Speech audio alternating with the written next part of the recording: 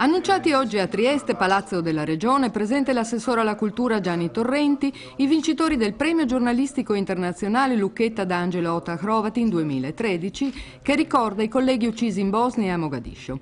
Premio Marco Lucchetta per la sezione TV Miglior servizio giornalistico trasmesso da un'emittente europea è andato a Ian Pannell della BBC, con un reportage sui rifugiati siriani.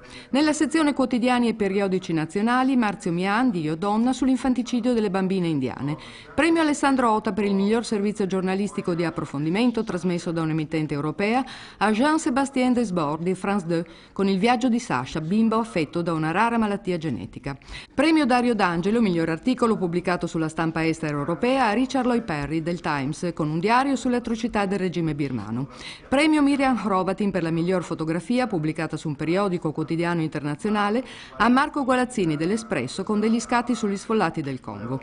Il premio si rivolge a un giornalismo d'inchiesta e di denuncia nel ricordo di chi ha sacrificato la vita per raccontare la guerra parlando di pace, l'assessore Torrenti. Sì, il premio ha proprio un senso da questo punto di vista qua, no? Che in quest'area mostra sembra lontana, ma io ci sono stato poche settimane fa e sono poche ore di macchina, no? Quindi diciamo che proprio nella zona nostra sono successe delle cose che non dobbiamo dimenticare, che devono essere prese ad insegnamento, visto che ormai sono avvenute, anche se avremmo voluto una realtà diversa anche in quegli anni lì.